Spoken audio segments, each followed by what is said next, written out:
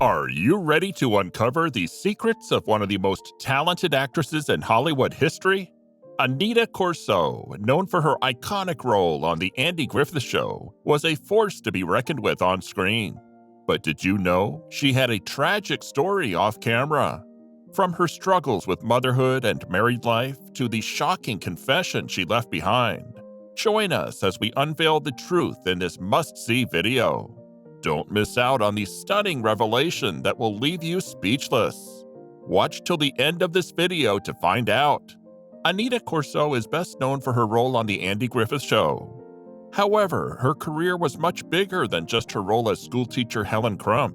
Audiences fell in love with Aneta Corsaut's character Helen Crump, as did Andy Griffith's character Sheriff Andy Taylor during the sitcom The Andy Griffith Show. Pretty, auburn-hair actress Aneta Louise Corsaut was born in Hutchinson, Kansas on November 3, 1933. Corsaut was driven by her intense passion for acting and attended Northwestern University in Illinois, where she majored in drama and studied acting with one of the most famous American method acting founders, Lee Strasberg. Aneta dropped out during her junior year to pursue her career as a professional actor. She had gained enough formal training by then and was fully prepared to start featuring in TV programs. Despite this, she never let go of her determination to complete her education, which led her to enroll in classes at the University of California, Los Angeles, UCLA.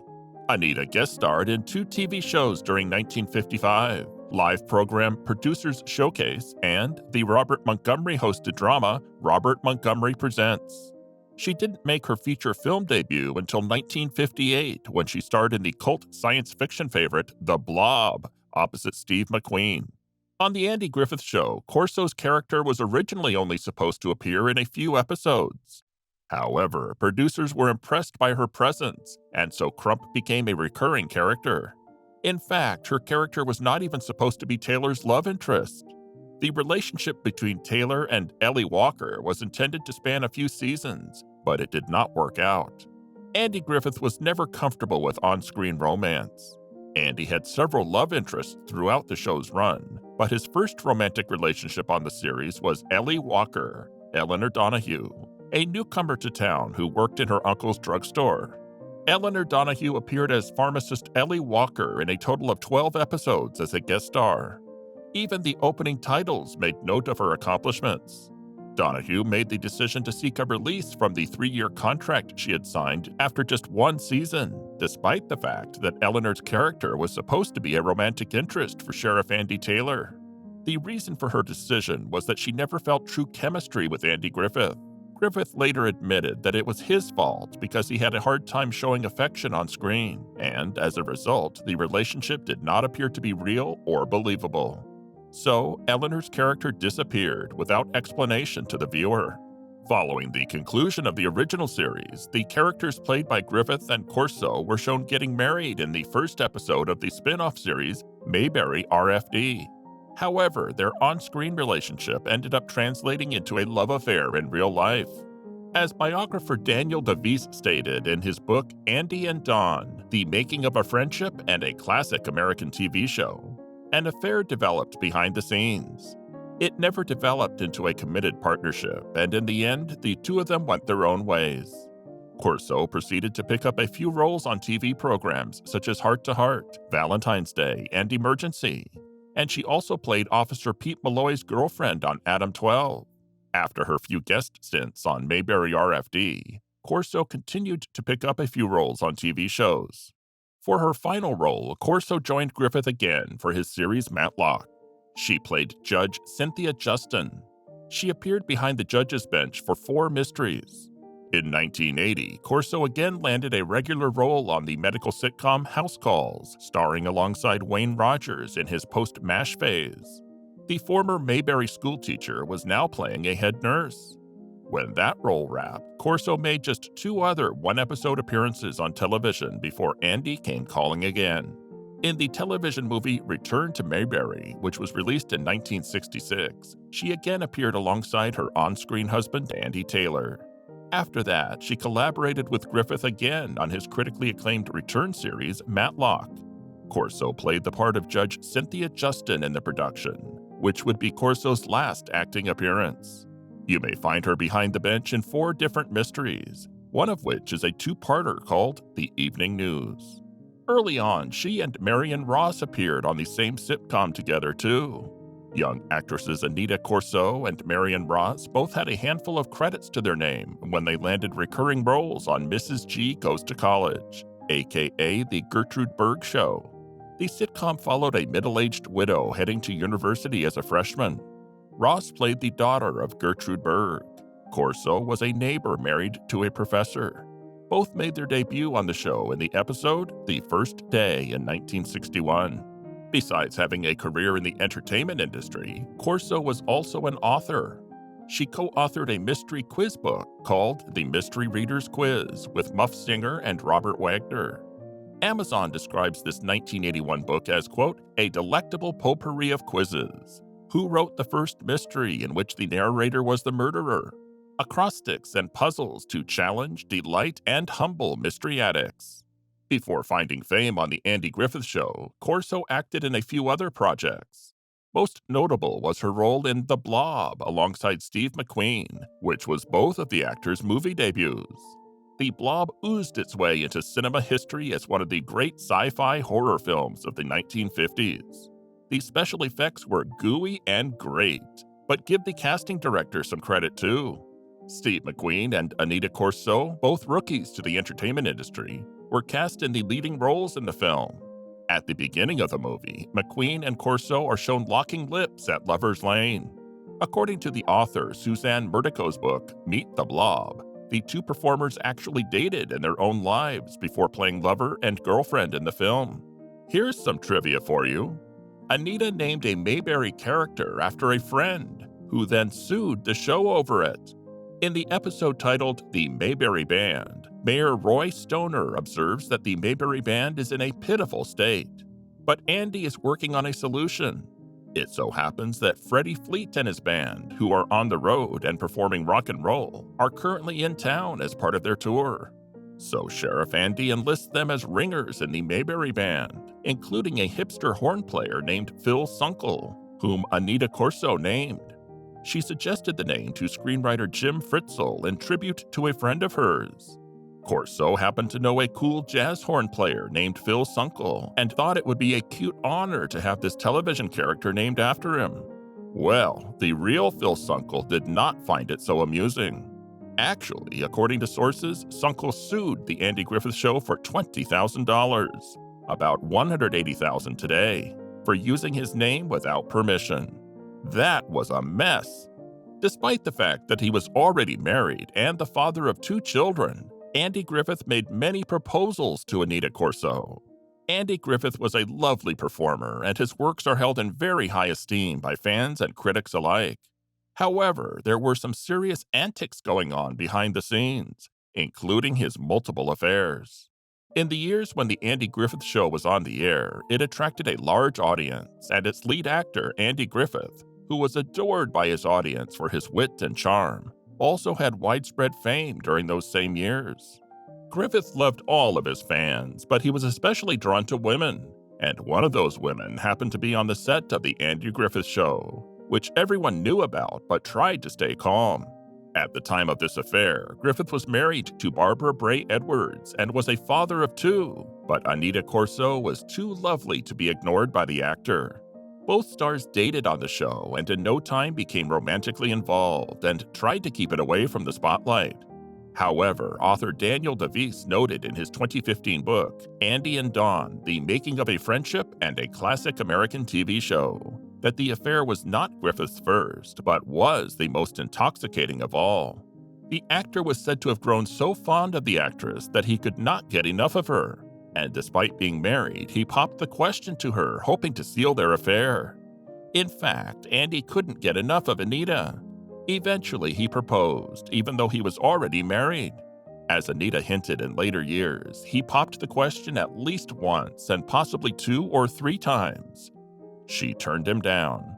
The romance was quickly discovered by others, and at one time, the crew members tried to play a joke on the hidden lovers by meeting them at a hotel they had snuck into. But the astonished pair did not take it kindly when they were discovered.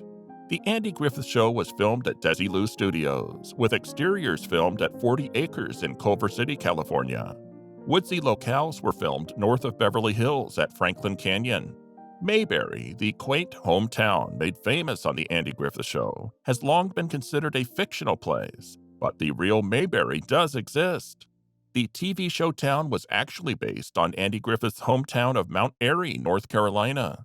Though Andy Griffith denied it for years, in the episode A Black Day for Mayberry, you can clearly see the words Mount Airy on the side of a phone book sitting on the sheriff's desk. After the Andy Griffith Show, Corsaut would go on to play a variety of roles, but the one with Griffith is the one that most people remember her for. It's important to keep in mind that Andy Taylor was only a character, despite the fact that so many people put him on a pedestal. Andy was simply another imperfect individual like everyone else. Aneta Corsaut divulged the truth of her unhappy relationship with Andy Griffith in a note released after her death. Perhaps she had reached the point in her life where she realized that if you cheat on one wife, you'll cheat on them all. The first time their personal relationship was exposed was when one of the directors came to Andy's hotel room and realized that Andy and Aneta were playing more parts than the schoolteacher and sheriff. She didn't want to marry Andy because she knew that he was a cheat, and that he would cheat on her because he was cheating on his own wife with her. Corsaut never married or had children. Says one fan, quote, "I love this show. Andy Griffith and Aneta as Helen. That show had the best chemistry ever, not to be duplicated. I think it is honorable that she didn't marry him, as she probably figured that if he would cheat on his wife, he might cheat on her too. I love all the episodes of him and her, and I watch them daily. During the pandemic, more so. It's like a comfort show for better times. I had no idea, and it's such disappointing news about this affair. While he was married with kids, that tainted my image of Andy. Then, on the flip side, we are all human and we are all flawed." In spite of the widespread acclaim for Griffith's body of work, information about his family was carefully shielded from public view. It appeared at one time that the actor had developed a close relationship with Ron Howard, the actor who played Opie on the show, his on-screen son. Even while it was said that the actor spent more time with other people, the truth is that his children were his absolute favorites. And here's a little fact. Andy wasn't the only prankster in town. Andy loved his practical jokes. As the undisputed boss of the Andy Griffith Show, he set a festive, frolicsome tone. And he loved to stage practical jokes, particularly when they targeted Don Knotts. In fact, Andy teased Don daily simply by calling him Jess, which was short for Jesse, Don's first name, because he knew Don didn't like it. For all of his on-screen energy, Don Knotts was surprisingly dignified and reserved off-camera, and Andy delighted in shattering his friend's calm. He sometimes interrupted Don's nap by dropping a metal film canister onto the floor. The cast and crew on the show often sought to reply to Andy Griffith's pranks with pranks of their own, which suggests that Andy Griffith's exploits as a practical joker may have motivated others to participate in similar shenanigans. One of the most infamous incidents occurred when the cast and crew took his shoes off the set, compelling him to go home in his sheriff's boots instead. They did, in fact, end up returning his shoes to him at the conclusion of the season, but they were bronzed. Griffith's kids, daughter Dixie Griffith and his late son Andy Samuel Griffith Jr., were adopted during his marriage to his first wife, Barbara Bray Edwards. Griffith was said to have been protective of his kids as he wanted to shield them from the paparazzi, which he felt would take their privacy. Griffith's career went on to span several decades and earned him several nominations. He died on July 3, 2012, at the age of 86, leaving behind an impeccable legacy.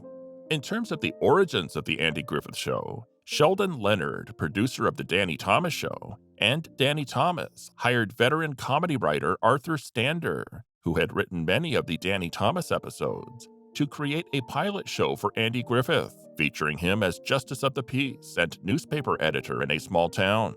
At the time, Broadway, film, and radio star Griffith was interested in attempting a television role, and the William Morris Agency told Leonard that Griffith's rural background and previous rustic characterizations were suited to the part. When Andy Griffith was offered the show, he had focused predominantly on film and was pretty unfamiliar with television. He agreed to do the show only if he was given rights to 50% of it. After conferences between Leonard and Griffith in New York, Griffith flew to Los Angeles and filmed the pilot episode. By the time of his death, Andy was worth an estimated $35 million. Going back to Aneta, people loved her character Helen Crump. She was always a lady, and for the 1960s, Helen was quite outspoken and independent. Aneta and her character Helen Crump both came from Kansas. The schoolteacher had that in common with the actress, who was born in Hutchinson, Kansas, in the middle of the state. Aneta insisted on having her own career as a teacher, and she also had her own house. During the episode in which Barney and Helen were arguing over whether or not they should be married, Barney imagined that Helen would give up her teaching career. Helen made it quite plain that she had no plans to resign from her position. Yet she wasn't an annoyingly independent character as some other female characters are. Ms. Corsaut fought cancer in her final years, and she passed away from the disease on November 6, 1995 in Los Angeles. She was 62 years old at the time of her passing. She was a devout Catholic, and her body was laid to rest in the Valhalla Memorial Park Cemetery in North Hollywood. Helen Crump will be the name that people remember her by. Corsaut's death was a tragedy for the cinema world. She was listed as one of the most talented serial actors in history, with her role on The Andy Griffith Show ranked as one of the most skillful impersonations of all time. She didn't have the privileges of learning the joys of married life and motherhood, but she was a relentless, super skilled actress of impeccable beauty, charisma, and charm. That's it for today. Thanks for watching. See you in the next video.